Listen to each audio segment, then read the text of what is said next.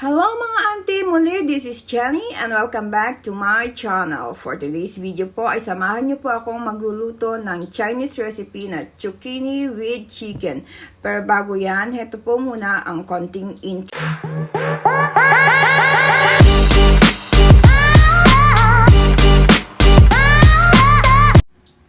So, uno nga po ay nag-slice ako dito ng chicken thighs.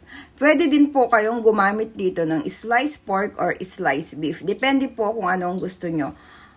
Match na match pa rin po ito sa panlasa.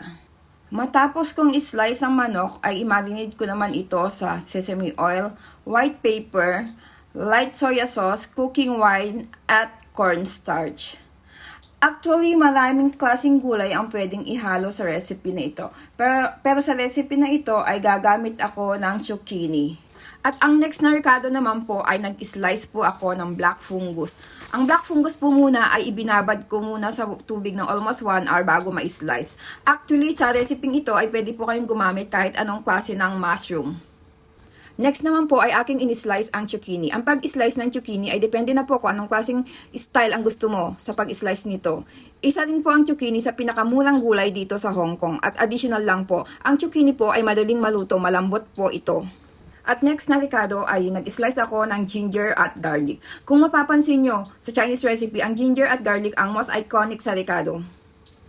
Ngayon naman ay mag-start na tayo magluto. Una, inilagay ko ang aking sliced ginger at isinunod ko ang minced garlic. I-fry lang natin ito sandali. After that, isunod na ilagay ang marinated chicken. I-fry lang natin ito ng 5 minutes. After 5 minutes na i-fry, ay sinilagay ko naman ang aking zucchini. I-fry lang natin ito saglit. After natin i-fry, ay ilagay na natin ang black fungus. Halos pinagsabay ko na po sila. Pagkatapos po niyan ay linagay ko ang sili. Ang sili po ay optional lang. Depende po kung gusto ng amo nyo ng spicy or hindi. After niyan, ihalo-halo lang siya. Maghintay na mga ilang minuto.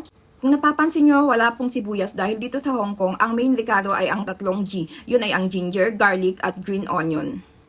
Sa sauce naman ay nagmix lang ako dito ng light soya sauce, oyster sauce, cornstarch at water. At syempre, bahala ka nang mag-adjust sa sauce. Depende sa gusto ng amo mo kung gusto niya ng ma-dry or ma-saucy.